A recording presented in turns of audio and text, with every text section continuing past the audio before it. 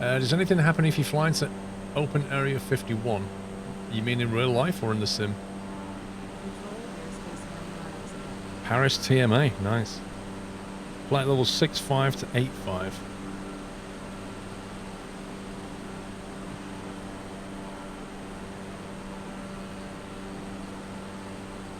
The charts use a paid service. You can get them online for free, but I pay for Navigraph because it puts everything into a package, basically.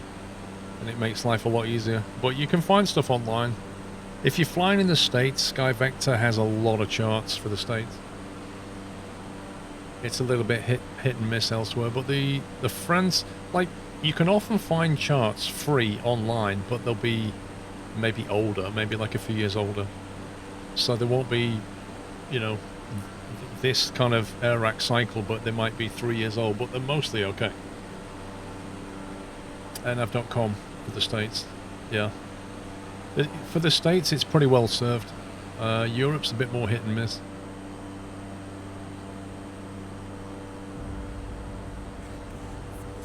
Mr. Stone, thank you for 62 months. Hope you're well.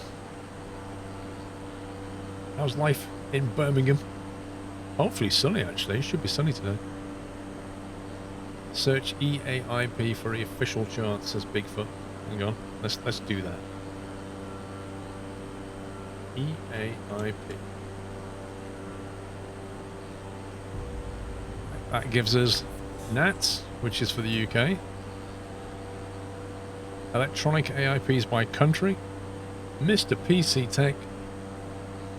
Thank you very much for gifting 5 subs, PC Tech. Appreciate the support, sir. Thank you very much.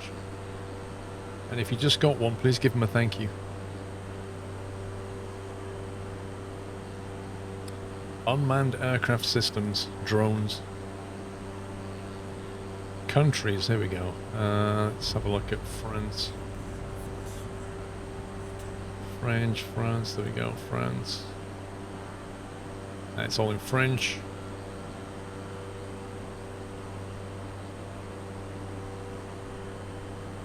Can we switch language? EN. There we go. Magnetic variation update.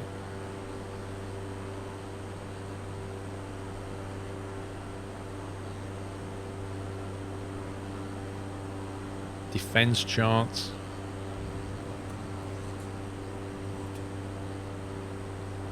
So yeah, I mean, the point is that, you know, you could probably dive around and find stuff.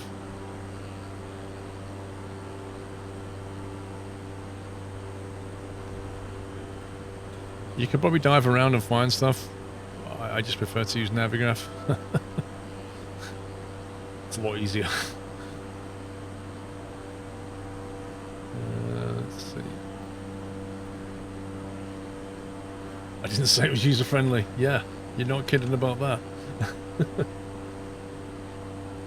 Life is life, Paul. Nothing changes. That is true. That is true. Wasn't there a song called Life is Life?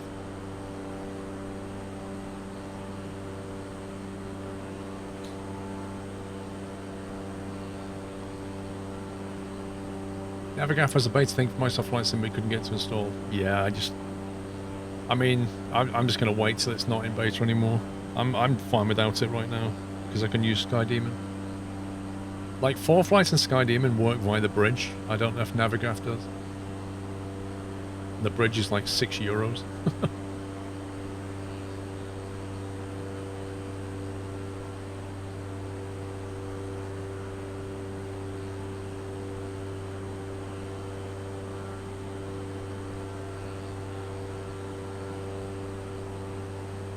Yeah, I never really got that analogy, Simple Sim, that life is like a box of chocolates, you never know what you're going to get. I never really got that Forrest Gump analogy, because, like, whenever I open a box of chocolates, the first thing I do is look at the neatly provided card that shows you what each one is, and they shape them differently so that you know which one is which, right? Because the first thing I do is find the coffee ones so I can completely ignore those.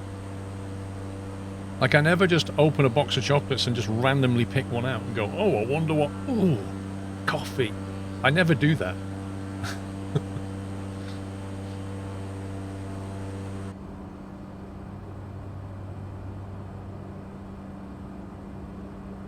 track for a dillo. You avoid the cherry ones. Oh, what's the other ones I avoid? Hang on. The other ones I avoid are the ones that are like, they're like, what are those? Not diamond bar. Are they diamond bars? The really brittle, crunchy toffee, because they are extremely good at ripping out fillings. Dime bars. There's some of them will have like a toffee that's like a dime bar. It's like a sticky, hard toffee inside. And if you chew those, and this has actually happened to me, I literally lost a filling on a dime bar.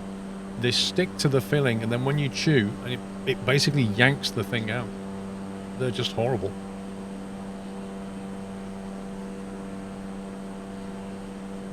I hate the toothpaste ones. I think you're buying the wrong kind of chocolates.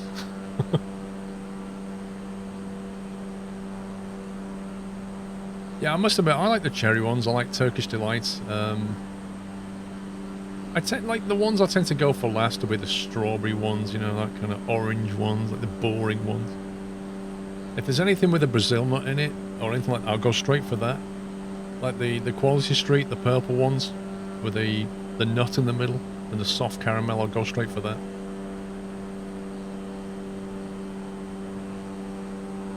Coconut's a good one. Nougat.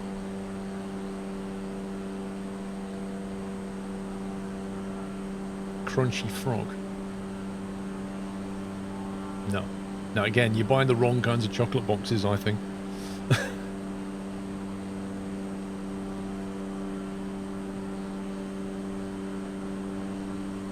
I like the Quality Street ones that are like little sticks and they're like a soft caramel. I like those as well.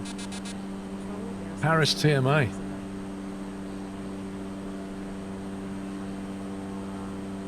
De Gaulle approche. Not approach. De Gaulle approche.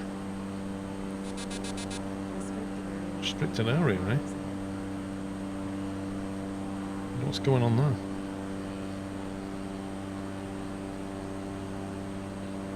Have you seen all the drones that are being flown at the UK right now? Look, you see this?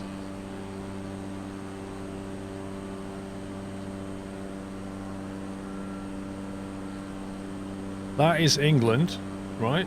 And that is the gap between England and France at Calais. And that orange area there is where they've put restricted areas because they've got drones flying there. Up and down, unmanned drones looking for people trying to cross.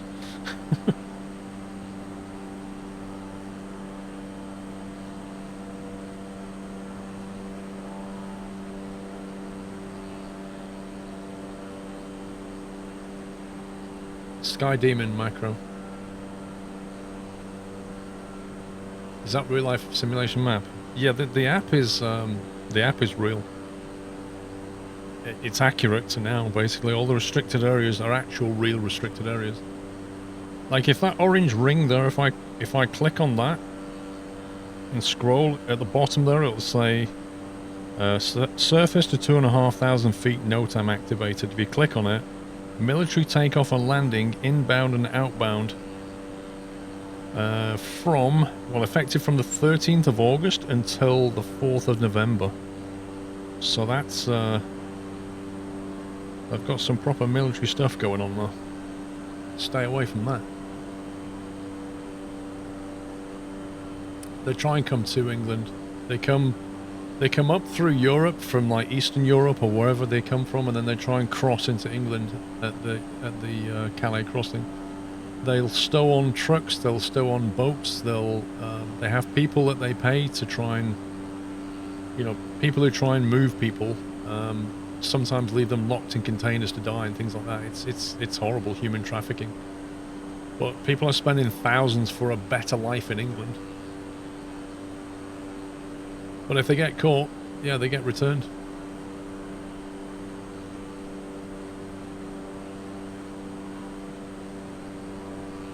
Is that a recent thing? It seems to have become particularly bad, without getting political, since Brexit. Since that kicked off, it seems to be particularly bad now.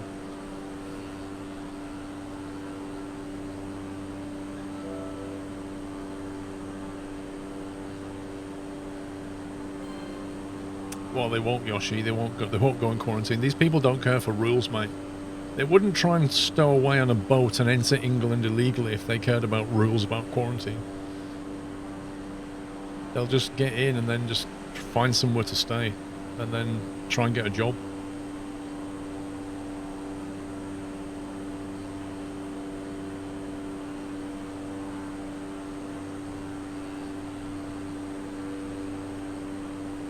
Tell you what, like the scenery is just insane. It's just completely flat.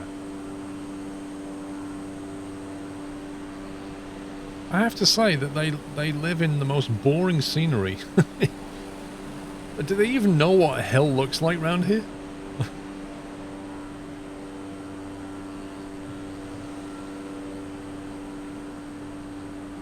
I mean, if you go to the Midwest of America, you can see flat scenery like this, but I never thought we'd see this in France. Just nuts.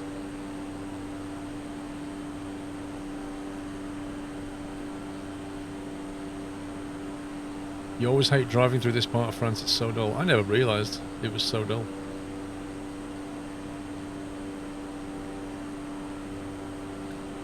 We're going to keep heading east on these jobs. Hopefully we'll find more interesting times. Oh, this looks like pretty busy airspace, doesn't it?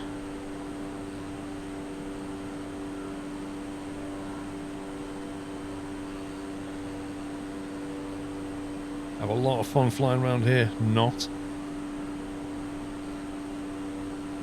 Look, if you look down where that dotted line is. Look how free the airspace is there. You wonder why GA pilots love flying down there.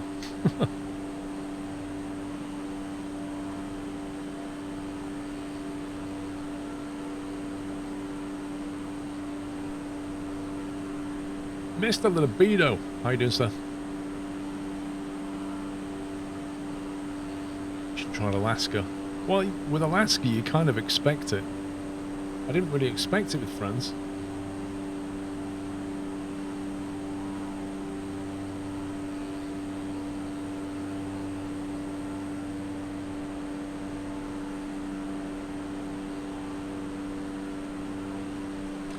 That's what they say about East Canada. If you're driving on the highway, you see a water tower in the horizon, it might take you 3 days to get there. I'm not sure that's true.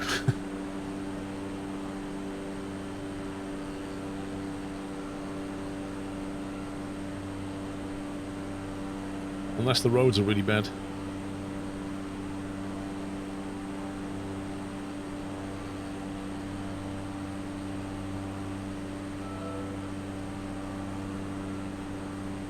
Entered Paris TMA. Guess what you've got arriving tomorrow or Tuesday? Or Monday? I'm gonna guess, Dave, at one of the new NVIDIA graphics cards. The question is, which one are they gonna send you? Are they gonna send you a 3080 or a 90?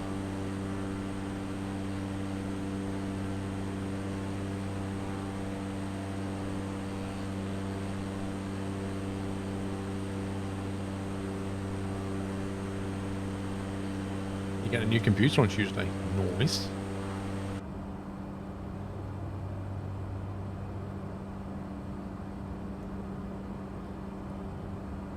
Alright, Adillo.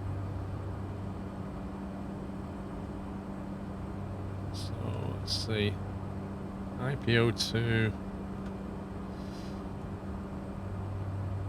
Gotta get down 4,000 feet before then.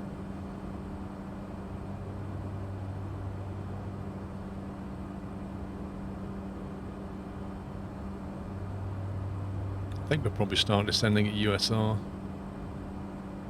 Gotta be 3,000 by here. You put in a request for 38, so hopefully I need that to check a block. Nice, Dave. Get to play with it, find out what it's really like.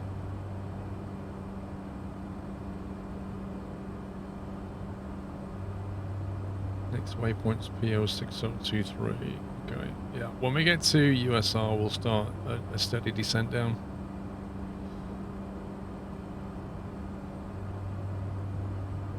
Got a nice tailwind going on.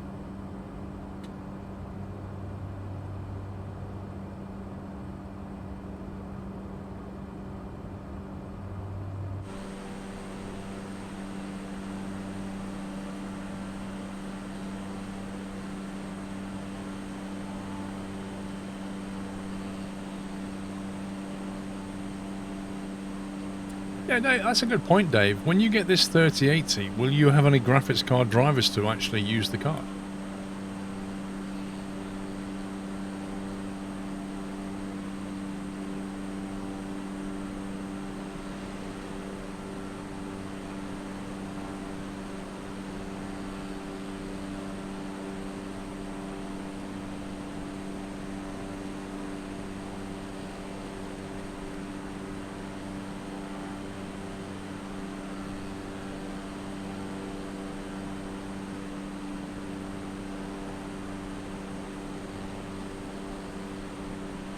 Airspace around here looks pretty busy.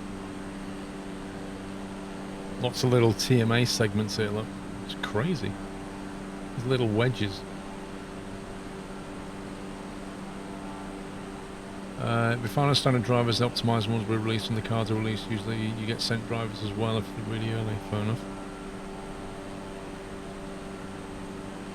So what's the first thing you're going to do, Dave? You're going to play Minesweeper on it with RTX on? Or maybe Fortnite with RTX on? What are you going to go for, Dave?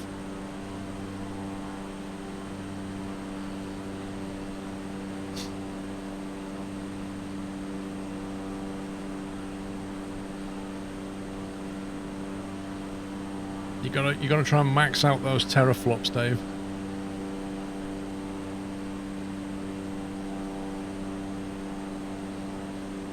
No, Solitaire doesn't have any RTX support. It's no good using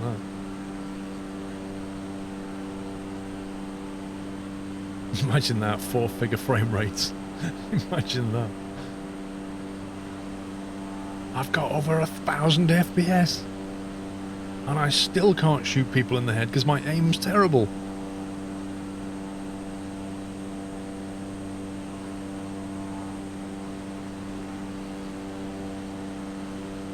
Just looked at our Squirrel assignments and just one job left. Okay.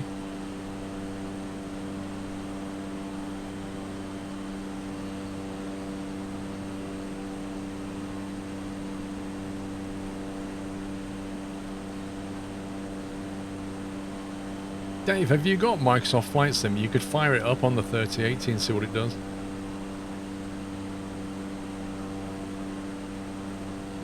Yeah, the list of RTX games is not actually that big, Dave.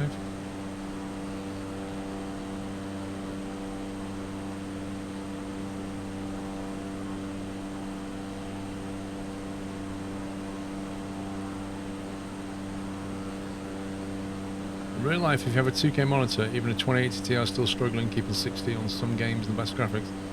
Yeah, because it always depends where your bottleneck is.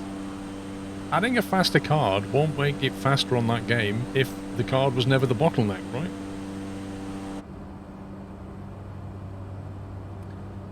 Right, let's get the new altitude punched in. 3,000.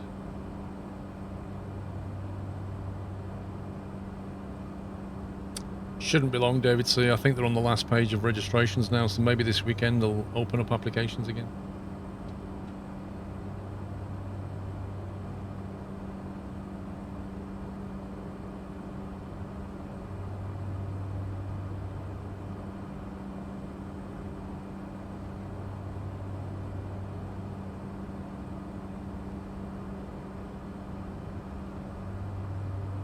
It's just so ridiculous around here.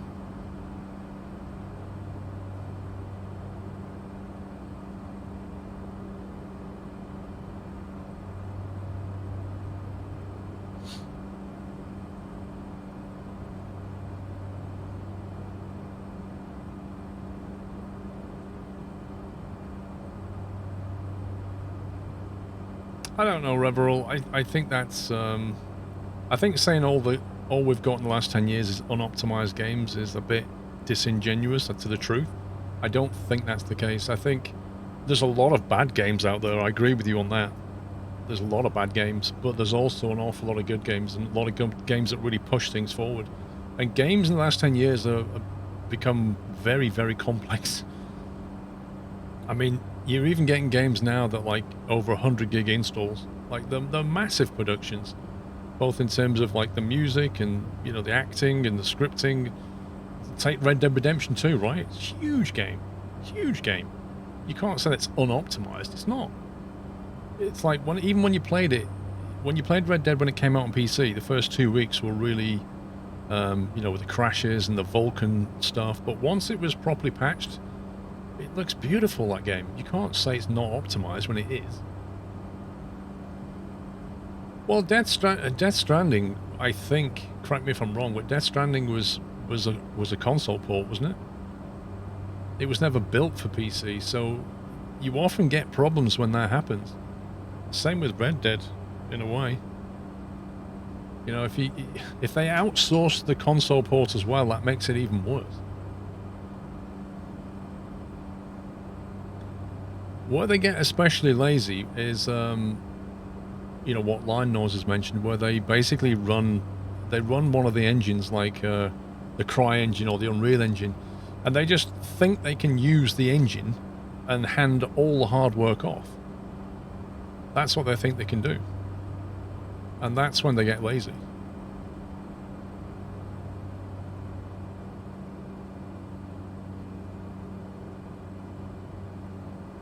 $7,000. We've got to do 4. Okay, we need to descend. Restricted area 400 feet below. Now we're getting down to 3, haven't we? That's fine. 3,000 feet. That's what we're looking for. Restricted area 2,200 feet below. Farm sim. I think farm sim is... Farm sim is farm sim. They're not even trying with farm sim to push it forward. They're not even trying. They've got no real competition, so they don't bother to try. It's that simple.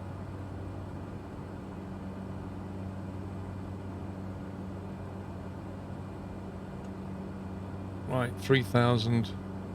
Mandatory 3,000 before we get to FPO 02, and then descent down.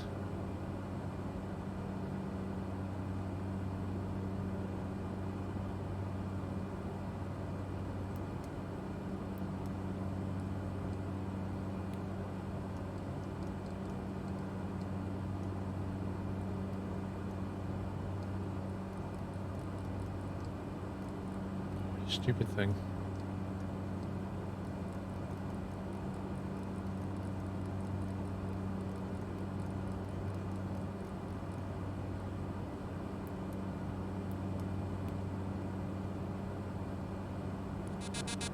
Restricted area 2,800 feet below.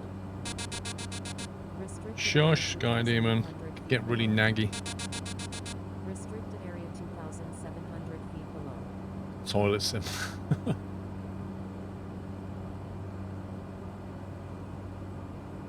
How we doing? 6.3 nautical.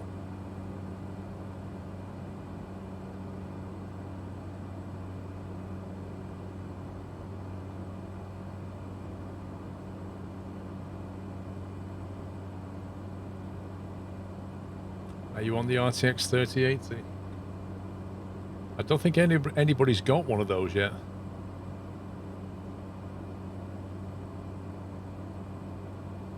There's a lot more things they could do with farm sim, but they choose not to.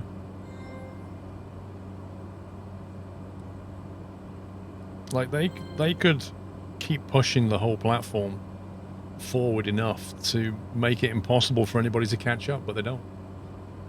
They do the same thing every 2 years, just print cash.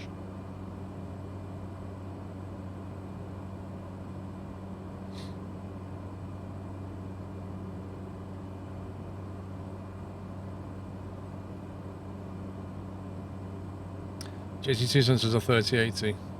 Yes, I know, but he's like a tech reviewer. Of course he has one.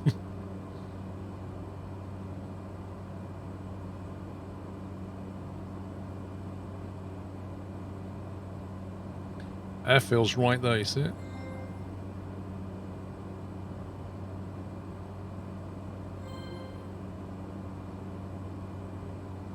What do you use to pipe your location in Sims 4 flight? A $6 tool from Sim Market called MS Bridge. There's 6,000. That's going to be a 3.5 nautical run, so we'll use that to slow down, get ourselves configured. Ready for the descent. How far is that descent run? 7 miles, okay.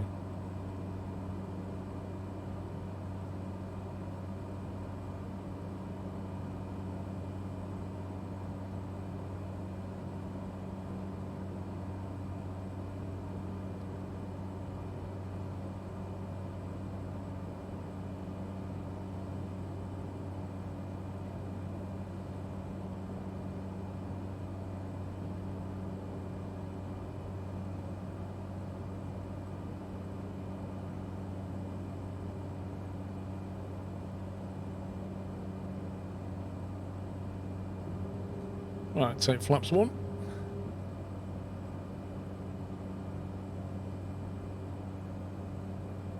We have to wait now until we get to FPO2 in 2.4 miles before we start descending.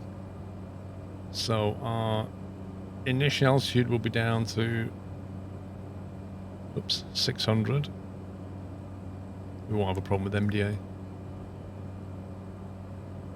That's our decision height.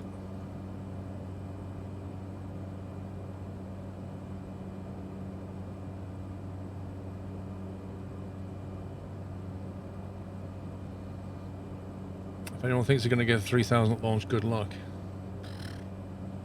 Yeah. Nvidia's going to print a lot of money.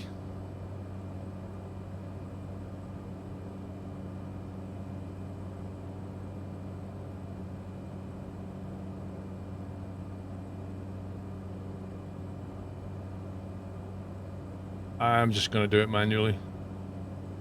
Going for like a 500 feet per minute approach. Glide it in.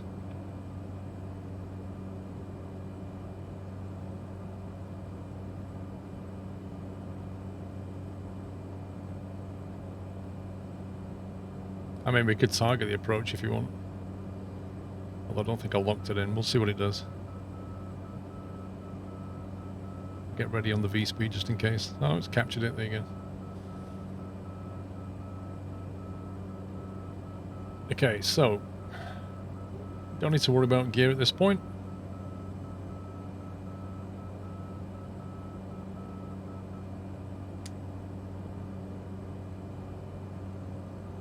I think the Restricted area 800 feet below. okay.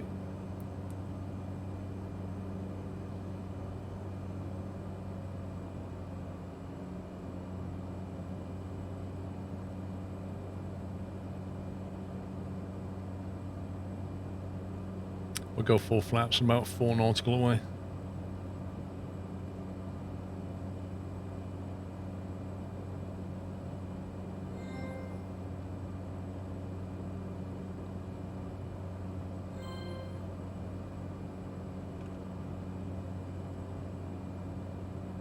Climber runway heading 2,000 feet is the mist.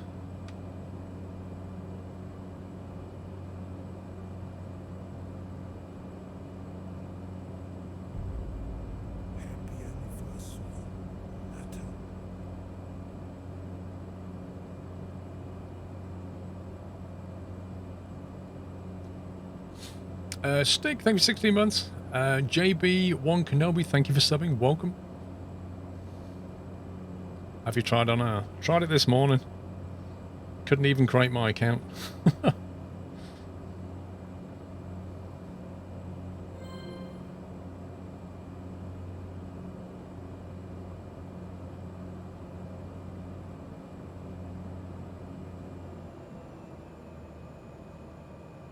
Right, let's get our speed down.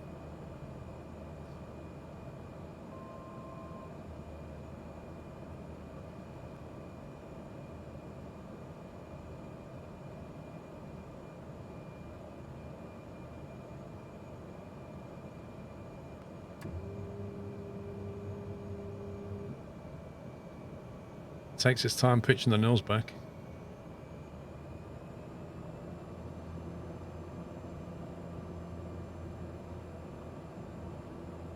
Lol, Langefeld.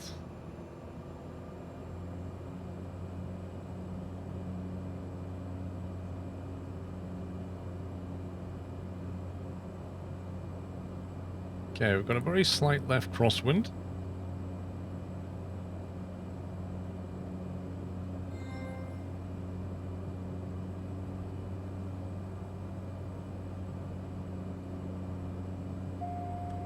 Disengage the autopilot.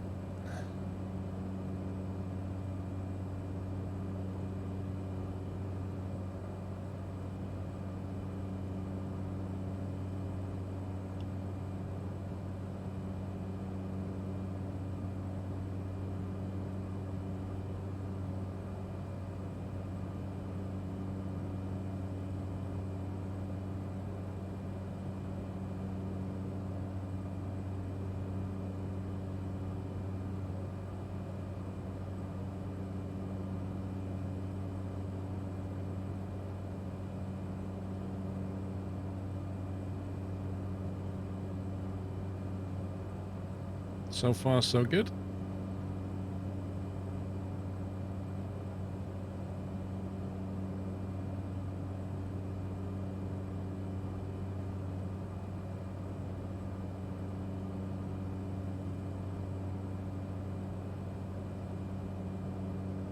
I thought that crosswind would be a bit worse than it is.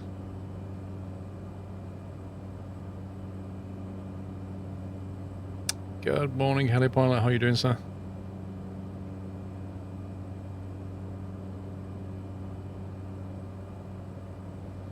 500.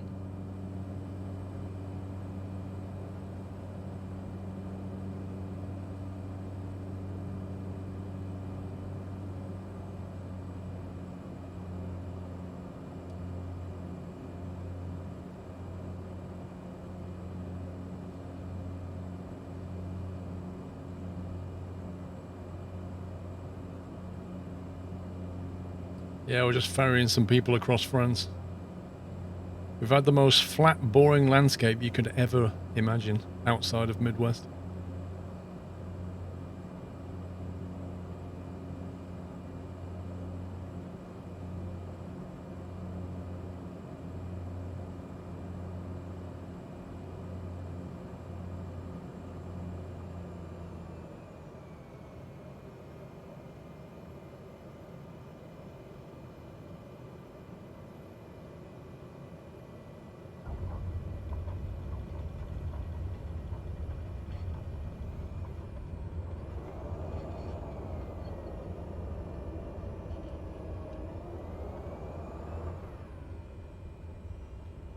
We're down. Do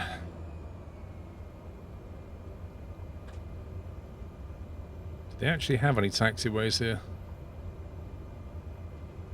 There's one. Thank you, dear.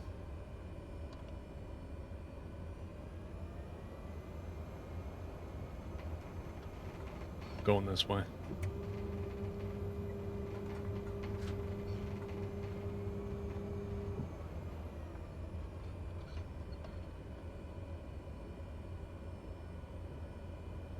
We could head towards the big boys.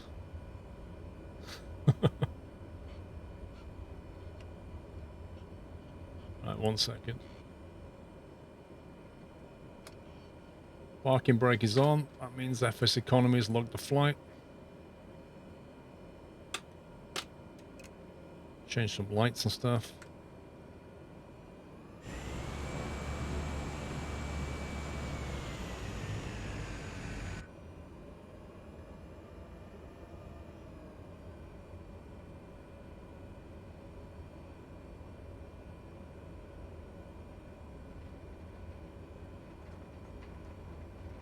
Look, the Twin Towers.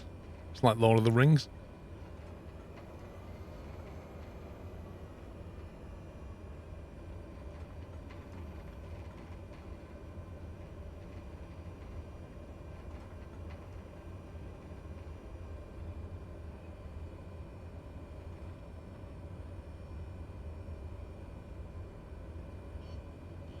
Wait, is that guy waiting for us? Can't be. It might be. Oh, he is. Blimey.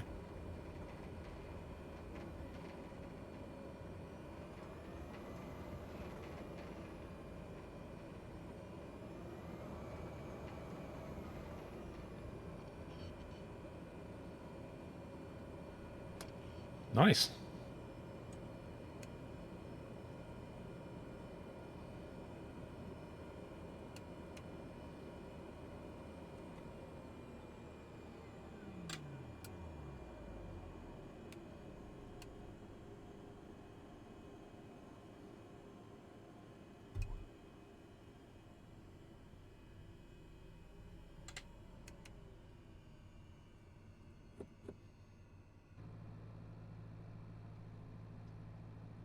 We made it.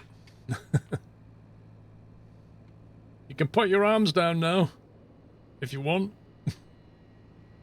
Guy just stands there forever. Right, let's have a look what FS Economy thought of that. 6,000 in earnings. Nice. 2,700 to Squirrel, 3,300 to us. Who's been flying today? Let's have a look. Oh, Mr. Sommy's been out. Been flying the TBM. JF, T-Val, Heidi, Biker's Addiction. Mr. Lol Socky went out this morning, in fact.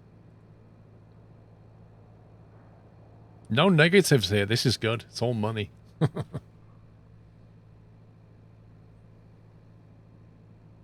Been waiting for the new MD CPUs.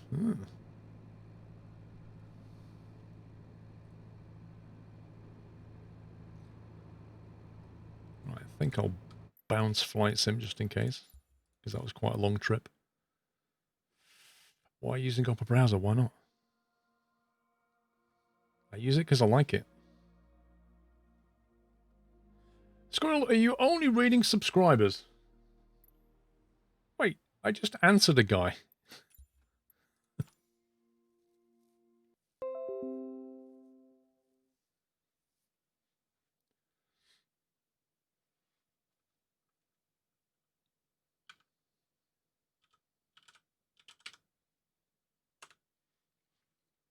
Are you going to get Ryzen 4 now?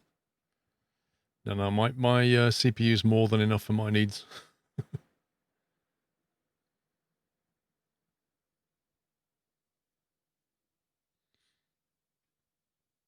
Firefox is better in your opinion. Well, that's exactly what that is. It's your opinion. Brings phone out. Why are you using an iPhone, Squirrel? Why do you drink Yorkshire tea? I don't know. I tend to do things that I like. What about you?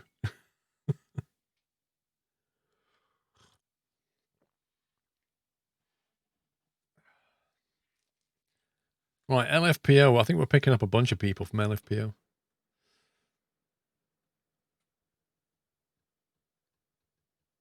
Blue buttons to the left and right of the stream deck. Blue buttons to the left and right of the stream deck.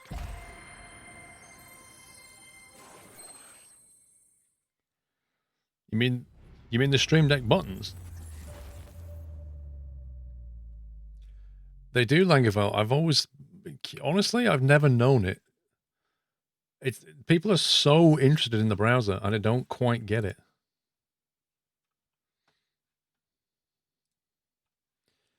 LFPO to... Oh, we need to do a multi-hop on this one. We need to go to SD and then LY. Happy anniversary, Nutter.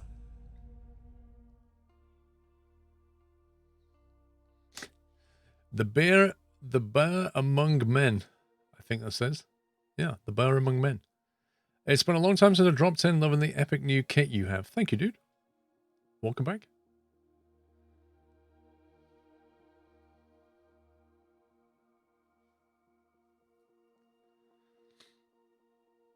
The Opera is the owner company is now sort of shady.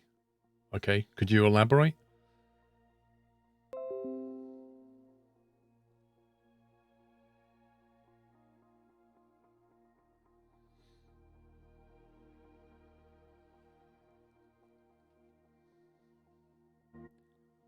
I've never used GX browser. That's the gaming browser, isn't it? Are there any requirements to join Squirrel? Yes. Number one, you have to actually fly planes for Squirrel, right? Don't join unless you intend to fly for Squirrel. And number two, You have to make money for Squirrel. Some people do flights that cost us money and then don't make us any money, so we have to remove them from the group. Other than that, nothing. Oh, and you have to like Yorkshire tea. No, you don't really. But it helps.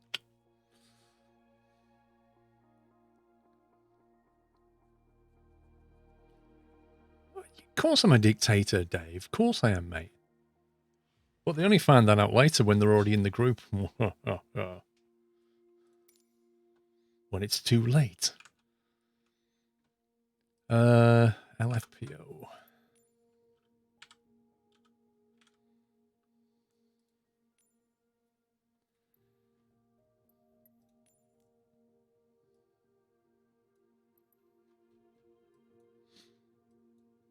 I don't quite get why it always says 270 at 10 knots. It literally always says that, and the weather is not 270 at 10 knots. Not in the slightest. You go live and it still says 270. I don't get it. What's all that about?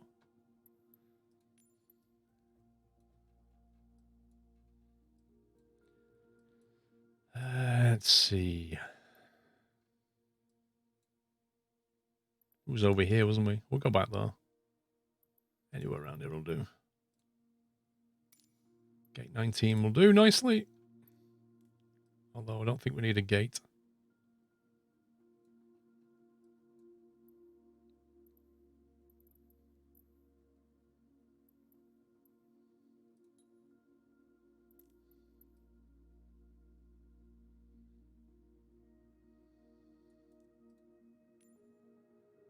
Right, we'll go there instead.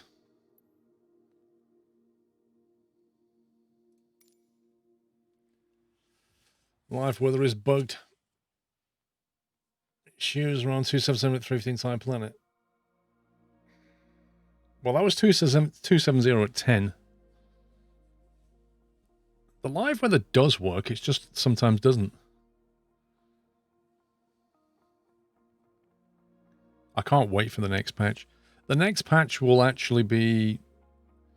Like, the first patch was mostly about addressing installation and stability things. But this next patch is going to actually have meaningful changes for the rest of us.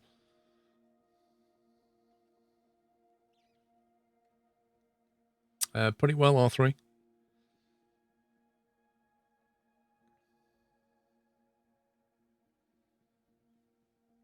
Yeah, glass cockpit fixes, weather fixes, avionics fixes. I mean, it's going to be good.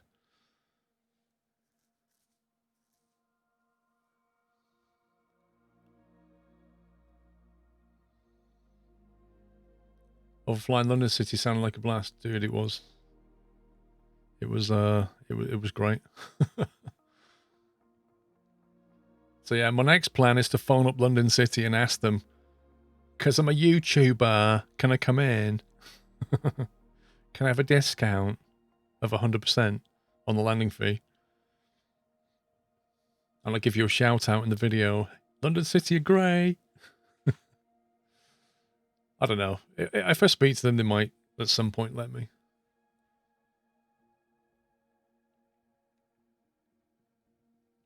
Do you ever fly anything other than singles? Are you talking about in the sim?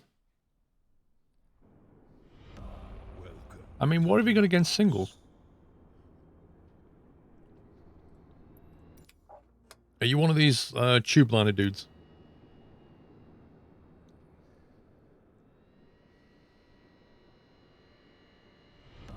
Welcome to the nut house. You watch my...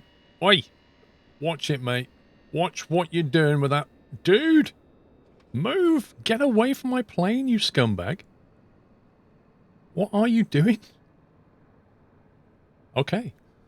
That makes a lot of sense.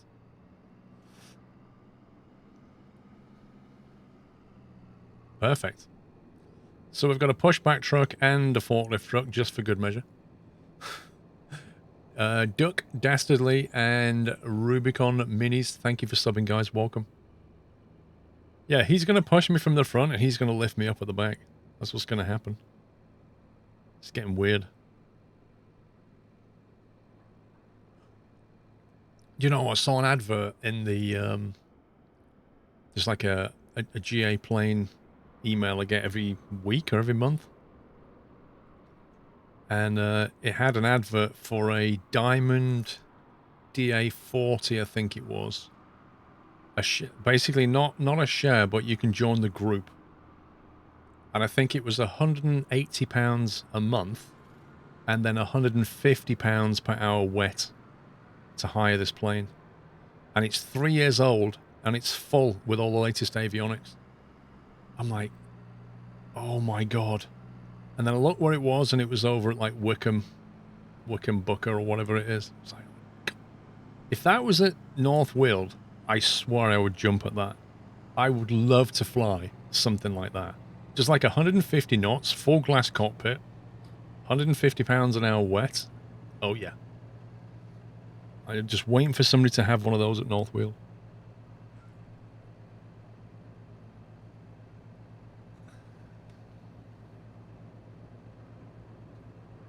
Right, where we're flying. Let's figure this out. Navigraph. Flights. New flight. Paris Orly to... First stop is SD.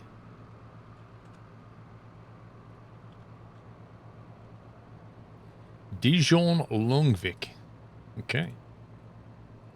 See if we can create us a low altitude.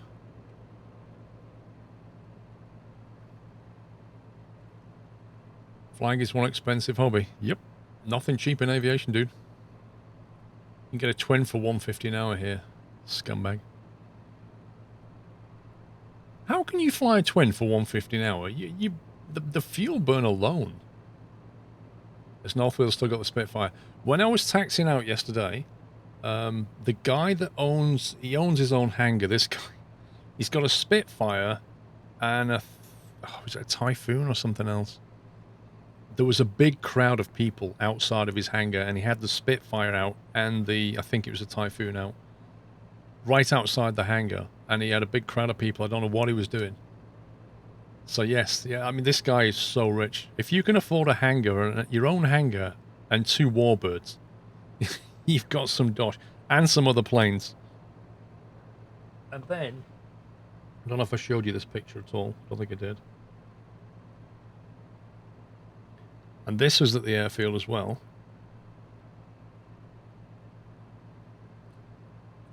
We can see that at all. That was at the airfield. And the tail number on that is Golf Dash Mash. He's actually got the MASH plate on that thing. Golf Dash Mash. Golf Mash. You know, from the 70s show? How has he got the MASH plate on his helicopter, man? Yeah, from the TV series. That is so epic. And it was right in front of me.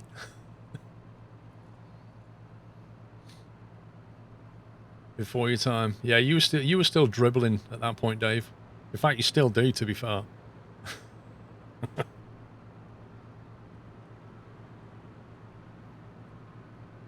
have a rich guy here with a MiG. Blimey, he's got some dosh if he can run a MiG. Can you personalise? Well, you can buy a tail number, yeah, sure, but...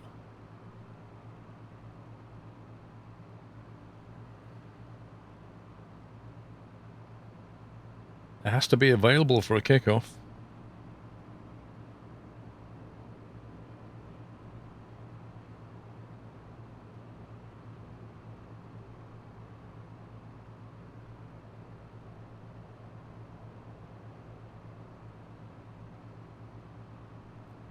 Dijon Longvik is where we're going.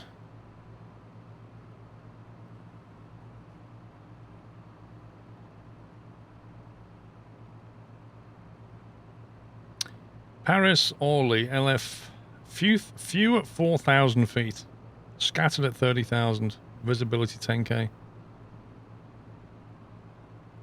Variable wind at 3 knots. Interesting. If I wanted to abuse it, talk to Sarah. Cav OK over at Dijon. I tell you what, I love Dijon mustard. We can pretty much pick any runway we like. There's just no wind at all. Joel the Sailor, thank you for 11 months. Let's see what it's given us. It's given us direct to, well, is that Doherty? DJL.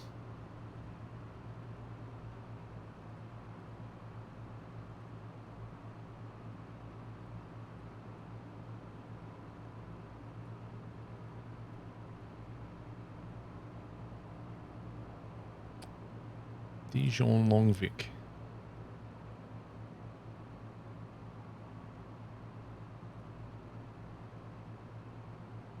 We could go in on 1.7 if we want to do it easy mode.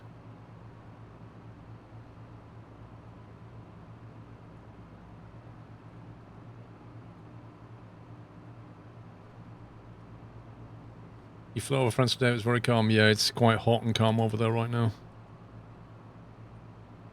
It's been another month, Joel. Thank you. He's watching a VAT sim Heathrow ground controller here, and that's how it works on the other end. Yeah. I tell you, that Heathrow controller I spoke to, he sounded busy, man.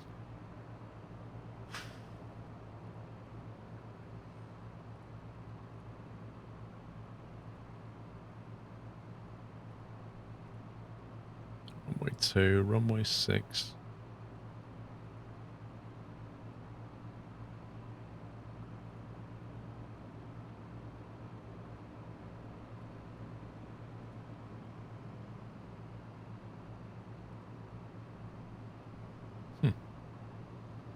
That's what a departure would look like if you wanted to run the departure.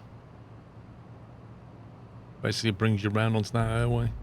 Happy anniversary, Nata.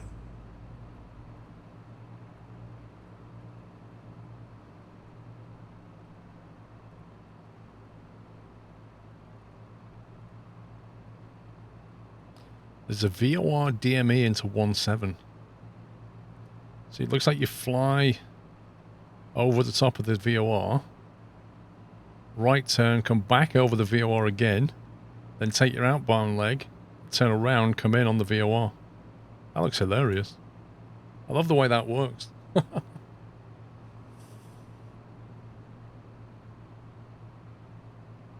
Can you say what the actual flight rules are for lights like beacon, strobe, and so on? Basically, the beacon is something that goes... the beacon is something that you switch on when either like the aircraft is about to move or you're about to start it up. Like when you want to make people... Generally speaking, if the beacon light goes on, everybody around the plane needs to get out the way. So think of it that way. That's where your beacon comes on, right? So then your taxi light comes on when you're taxiing, obviously. Taxi light will go off normally either when you get on the runway or when you've taken off. When you get to the actual runway, you stop at the threshold, and then when you're cleared onto the runway, you get onto the runway, that's when you put your landing lights and your strobes on. Now your nav lights is something that when I fly, they say only put your nav lights on at night, basically. You know, in the daytime, they don't put them on because they just wear out the bulbs. I mean, the LEDs, it's like a different thing now, but generally speaking, when you go on the runway, that's when you want your landing lights and your strobes to come on. And when you exit the runway, you want your landing lights and your strobes off, generally speaking. You definitely want your strobes off because you don't want to, like, annoy people with flashing lights on the apron. Your taxiway light is when you're taxiing. Your beacon will go off right at the end. That's basically it. So the beacon stays on the most out of all of them. Does that answer your question?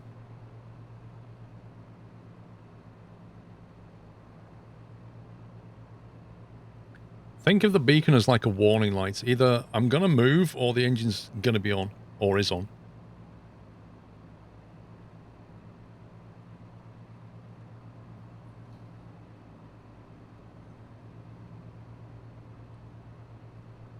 Yeah, beacon will stay on for the entire duration. Beacon will never go off.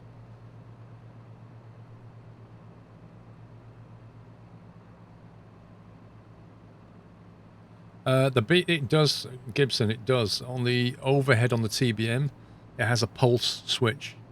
So it has a static light, and then if you put it on pulse, it acts as a beacon. I think. I'm trying to remember what the overhead on the TBM looks like. Have a look right above you. There's some lights there. One says pulse on it, I think. It's just a different name for it.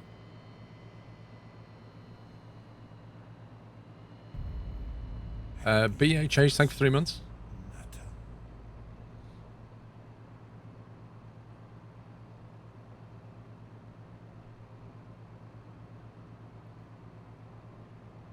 Also, your landing lights, you generally turn them off after you've left.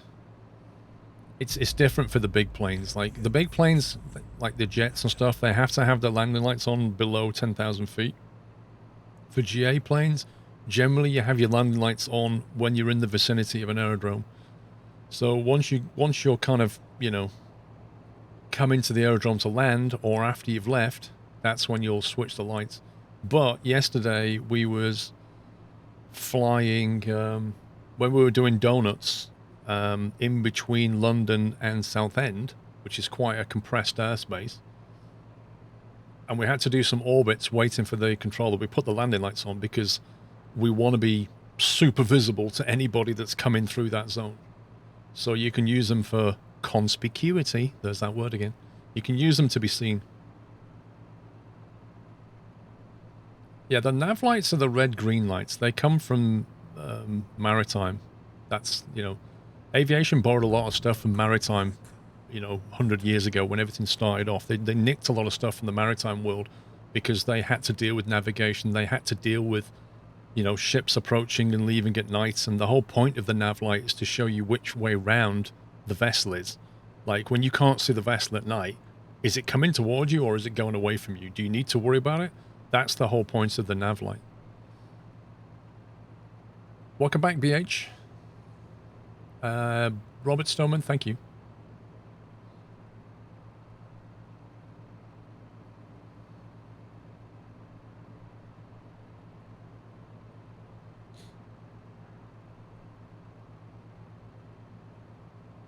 You're waiting for your T16,000, Danny? Yeah. Probably, hopefully, making new ones now.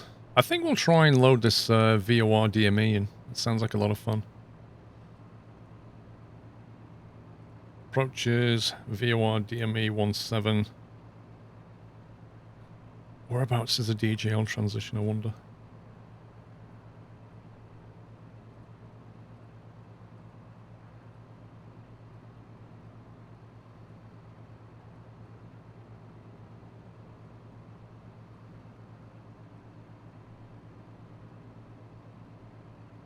I wonder what the Garmin will do when we load this.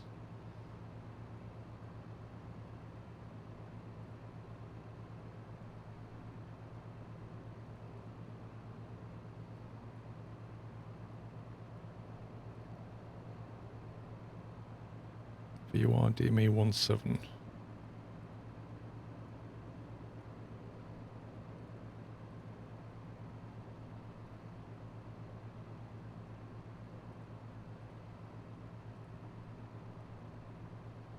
Just to see if it's got that loop in there. If not, we'll have to fly it manually.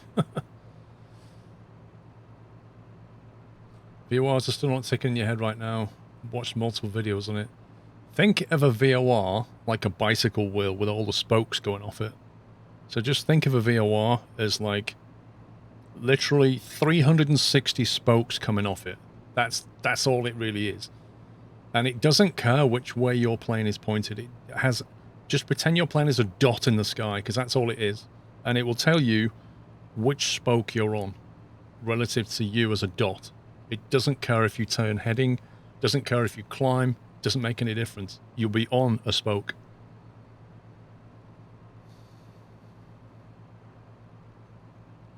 When did you first start flying IRL?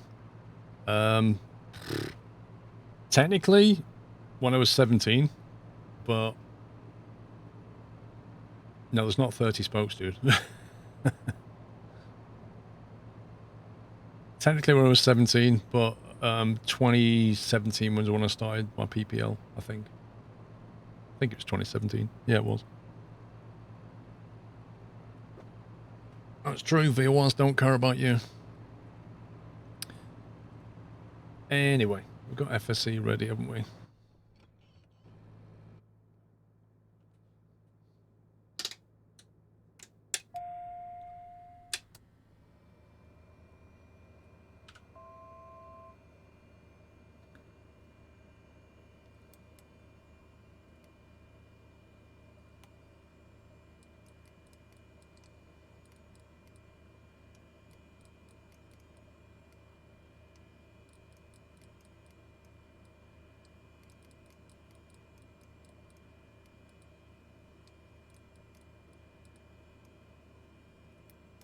Alright, it's Paris Orly and destinations LFSD.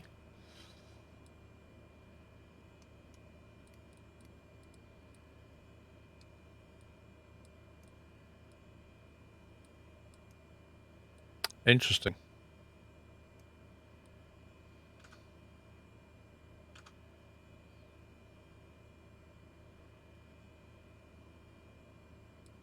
Why doesn't it know about LFSD? It has a B and it has an E, but it doesn't have a D.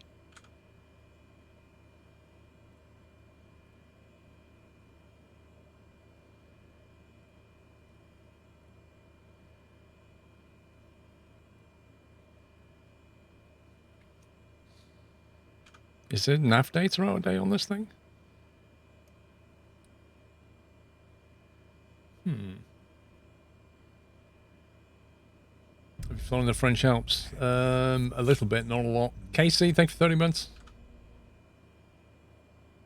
LFSD. I've not put that in wrong, have I? LFSD.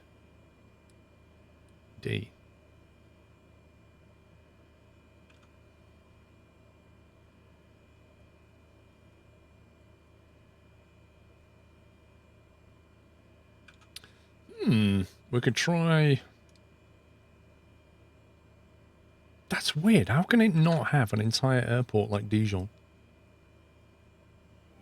Welcome back, Nutter. I wonder what it would have done if I'd have put that on the main menu and put LFSD in there. I wonder what it would have done.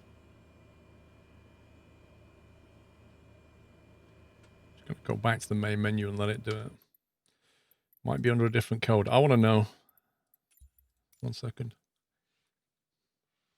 We'll go to the main menu and ask and just get it to punch in that initial route and see what it does. I don't think it's military. If it was military, it'd be showing up here on my Sky Demon.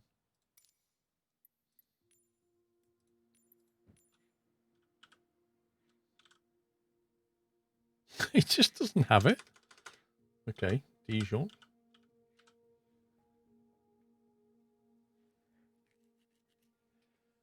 Microsoft Flight Simulator does not know about this airfield.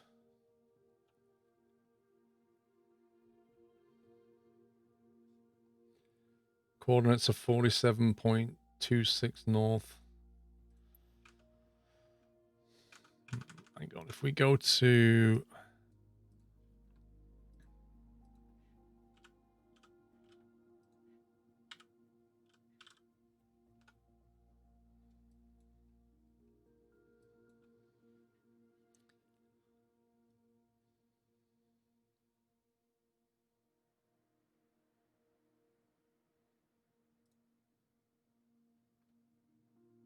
This airport definitely exists. Yeah, I mean, I can't understand, like, this is a French developer. It's pretty unusual for them to completely miss a French airfield.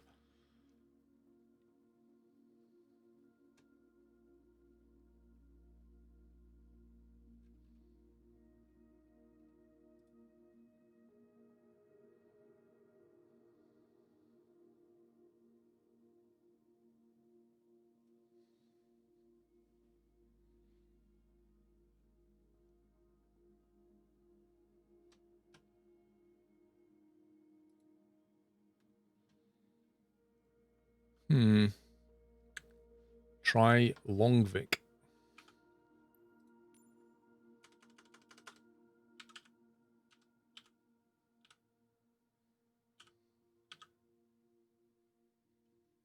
Doesn't know about that either.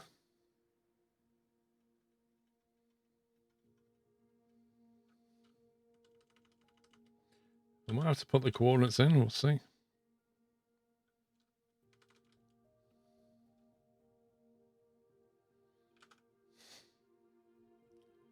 What format does it want this in? Runway 17. Well, we're not going to be putting in the VOR approaching, that's for sure. There is a VOR called Dijon. We could go straight for that, I guess. DJL. That's so weird. So weird.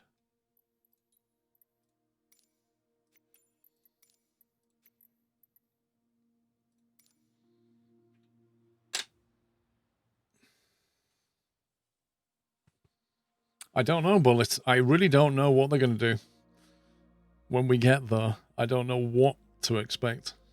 I mean, it might be that they put the airfield in, but just didn't put in some nav data for it. If we get there and there's just nothing but a strip of grass or field, we might have to just land there and so that FS Economy's happy.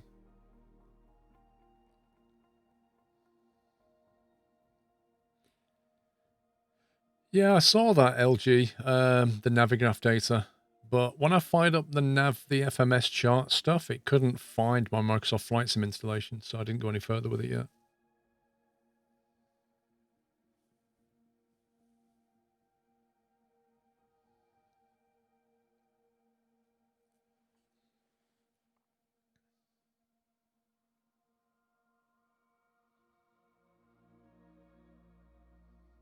You got errors trying to install Navigraph. I installed Navigraph, but the FMS data manager didn't find Microsoft Flight Sim. Reptile Rick, good afternoon. How you doing?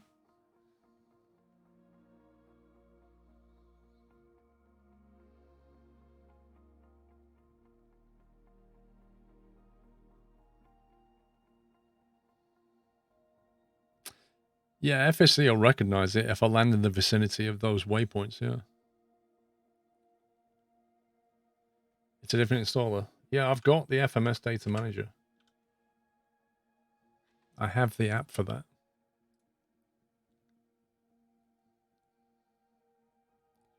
Bing Maps has it blurred out.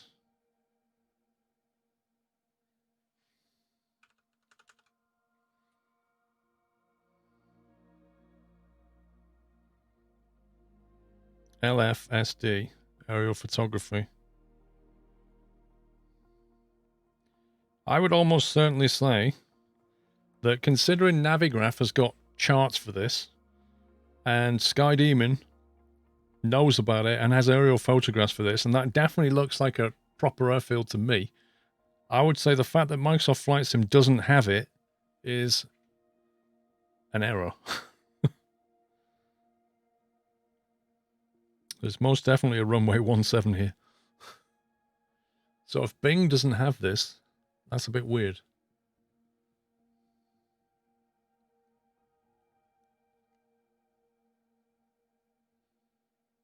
Yeah, but this isn't military, Rome. This is not military at all.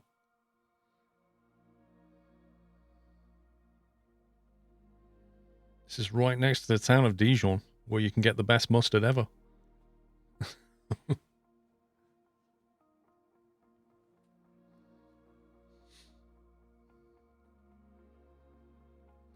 The French Air Force.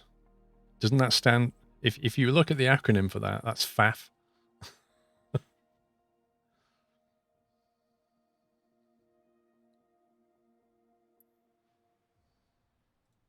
You prefer regular mustard? I like both, actually. Oh, well. Let's roll with it and see what we get.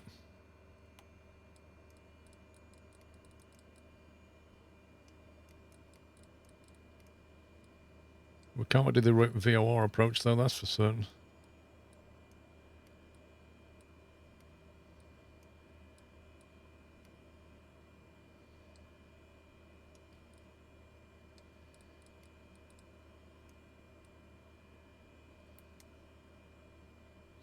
Right. LFPO. It's going to go to Dawdy. Hopefully it's got that in.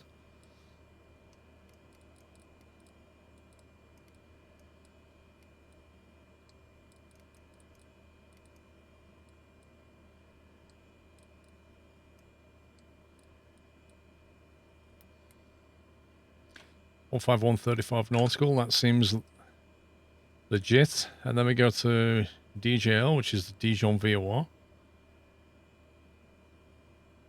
That's the low en route chart. It's a bit weird.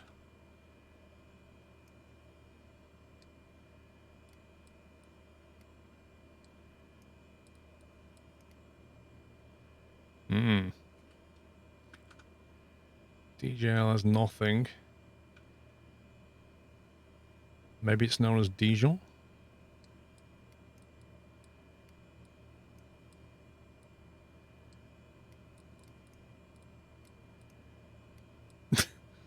This entire area of the map is like the Twilight Zone in Microsoft Flight Sim. Like, it literally knows nothing about Dijon.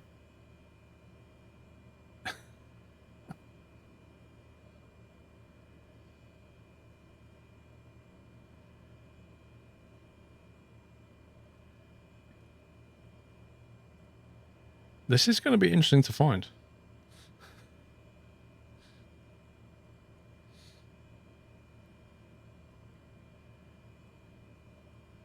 Well, I mean, visually we can find Dijon on the map, but I need some kind of nav aid to get me there, really. We should be able to spot a town, and hopefully if it's drawn, there'll be something that looks remotely like an airfield that we can land into. LFGI is on the other side of Dijon, and it is in Microsoft Flight Sim 9 nautical away. Which way? The anniversary. Nutter.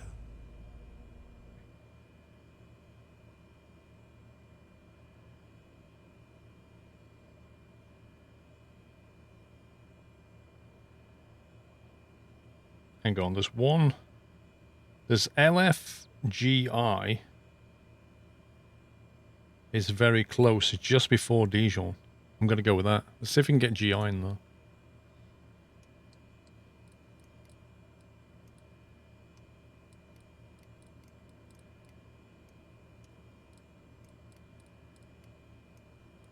Oh, don't tell me you don't have this as well. Oh my god. No, it does LFGI. Come on. Yes, there we go. All right, we've got something. So LFGI on this map. That's where we want to go, bottom left. And that is LFGI. So it's going to take us here, and then we just try and vector ourselves over the town and make some kind of visual landing. So I guess by the time we get to GI, we want to be about, what's the elevation here? 728 feet elevation, blimey. So if we're in at about 1700, maybe a bit more, maybe 2200, fly straight there, but go over the overhead at 1500, and then look for the 17 or 17, and just hope there's something there. That's all I can do. It's gonna be the weirdest flight ever.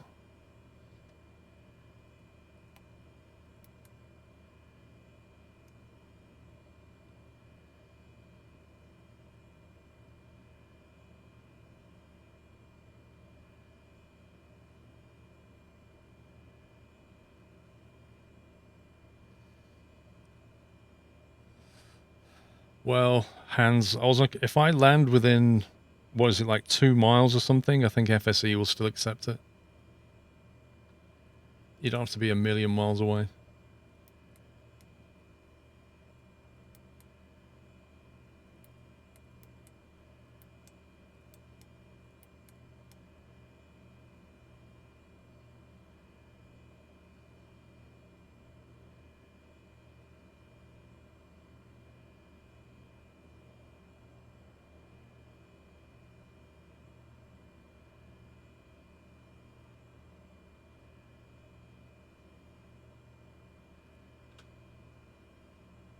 There's not a video of the new layout yet, no.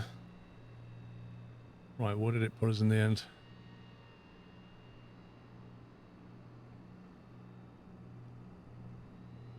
Oh my god, this forklift. Forgot about this guy. He's like, do you want to push? I can push you with this as well if you want to push. I'm trying to get my forklift license. I need some more practice. Can I push your plane? Look, hands-free as well. Okay. This just got a whole lot weirder.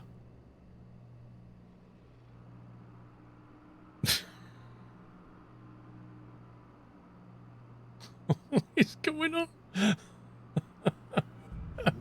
back, Nata. No clue what is going on there. AK-27, thank you for subbing. Welcome. Or welcome back, I should say. Oh boy.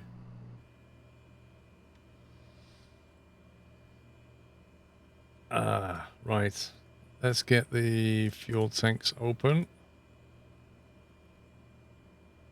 Get the beacon light on. So we're about to get a pushback.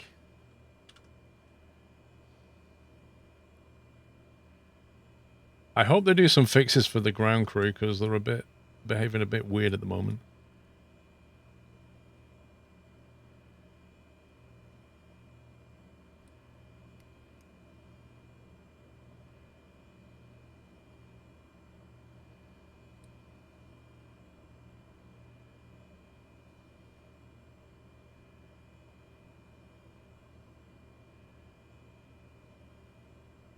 You're waiting for GSX. Are they have they said if they're porting that yet? Or not?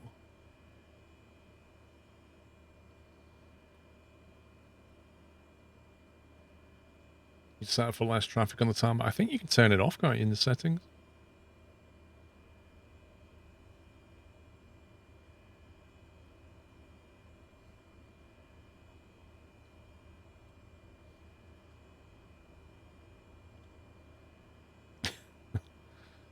Just causing a bit of a roadblock here. It's no biggie.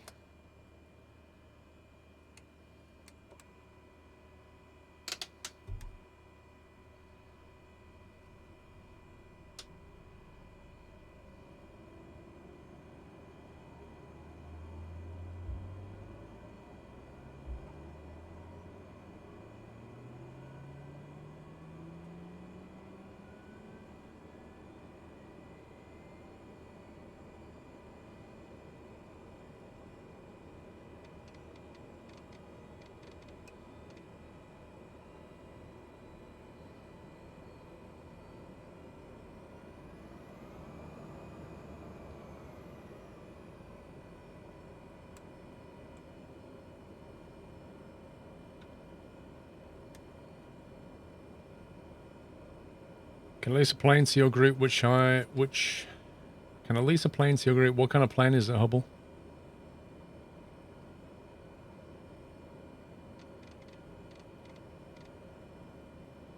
Alright, so let's see. Flight directors can go on. 9,000 altitude. Gonna be going into nav mode.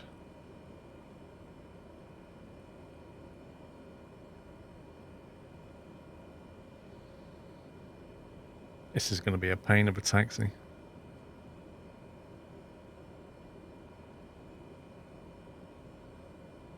$152. Oh, we don't need a 152, but thank you.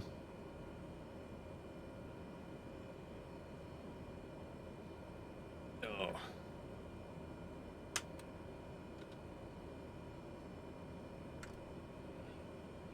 Right, taxi lights on.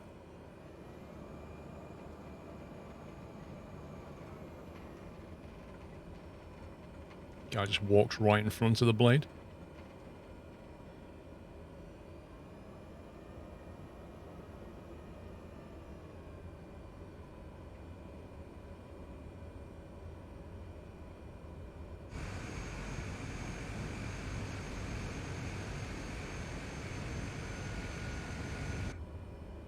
How come we don't fly the TBM too much? I do, but we don't have a TBM in Europe at the moment. I wanted to fly some jobs in Europe to get a feel for what the FS economy is like in Europe. And Kiwi Craig kindly leased me a caravan in Europe, which is perfect. I'd love to be flying the TBM round here as well. Can get around a lot quicker. But we don't have one in the group in Europe at the moment.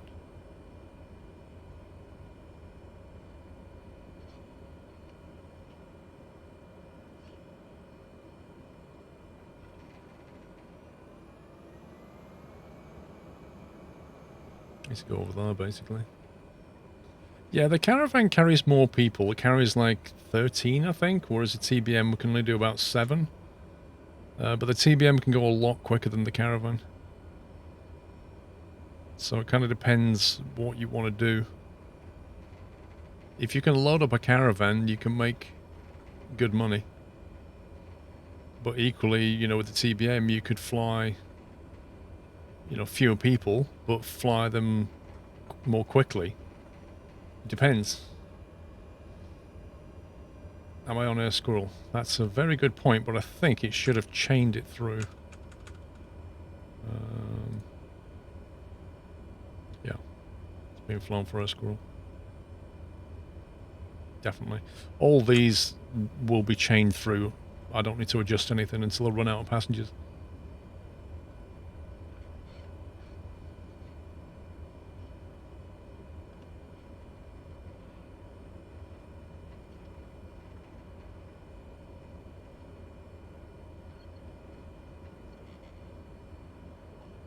We'll pull up here and fly out with 0-7, I think.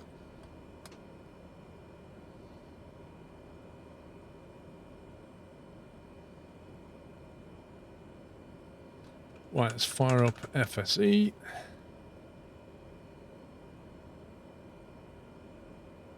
So we've got 2 destinations. We've got SD, then LY.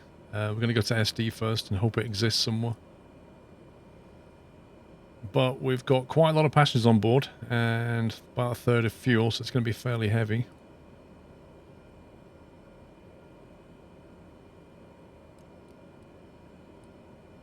So we're going to do a right turn after takeoff.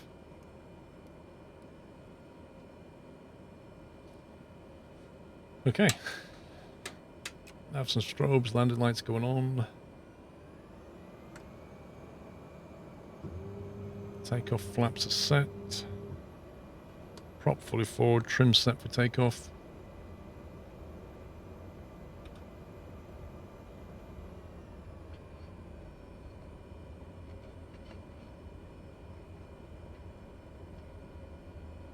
So ways to fix the bug with the autopilot during large increments. On this plane in the TBM, you can put half bank mode on, which will stop it from turning too much and overshooting. Yeah, I've heard about that, Slappy, the can I fly there thing.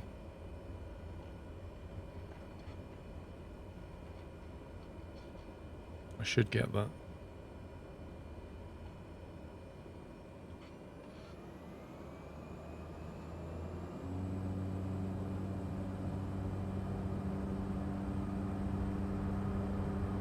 Try not to over-torque the engine.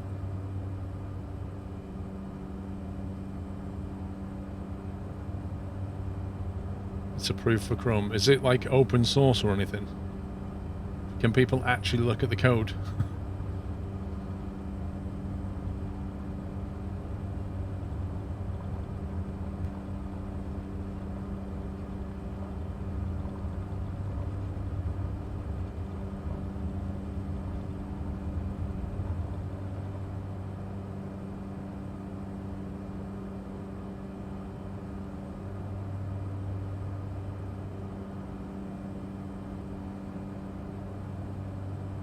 It is open source. Okay.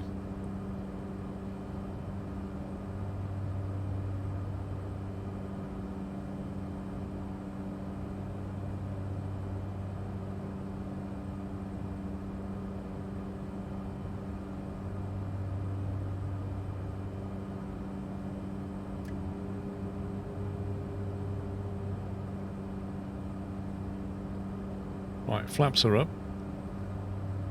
Let the airspeed build up.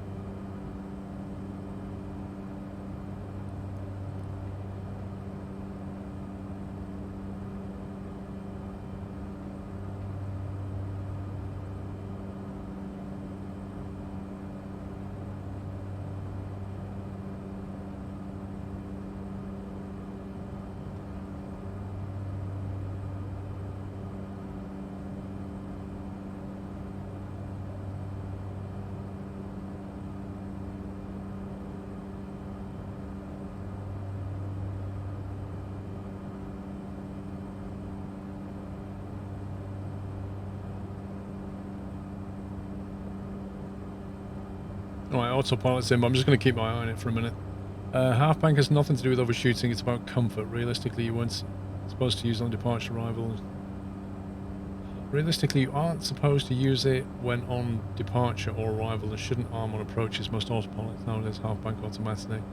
I was offering it as a solution to the current problem in Microsoft Flight Sim where it will overshoot the magenta line and then overcorrect when it comes back and then overshoot again.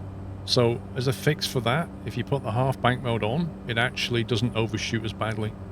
Once the avionics fix is done, then you can use half bank as it's supposed to be used.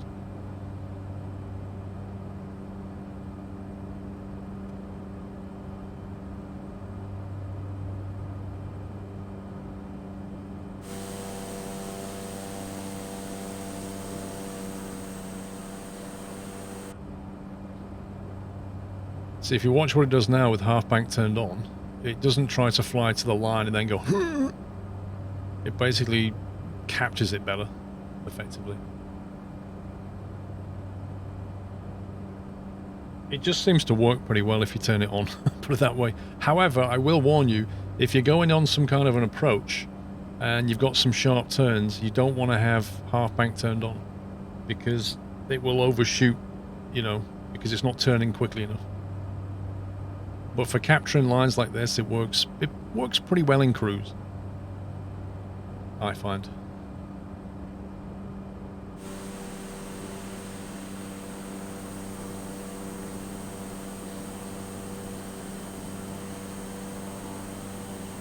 You're missing on the A320? Yeah.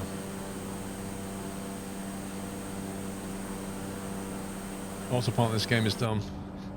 It definitely needs some work. I think everybody knows that. Even Microsoft or Asobo.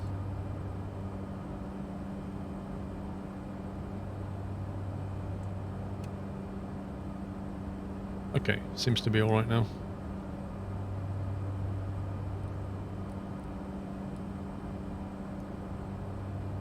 So we're going to have to basically get ourselves down to like 2,200 by the time we get to the destination, which is the airfield before the one that we want, and then try and find the one that we want. Should be fun. The A320, I can't remember if it has a bank angle or not, but it's probably not supported in Microsoft Flight Sim. I hope they implement the yaw damper as well in this thing. This works in the TBM, so I don't get why it doesn't do anything in the Caravan. Like, could they not just use the same code? It's climbing slowly today.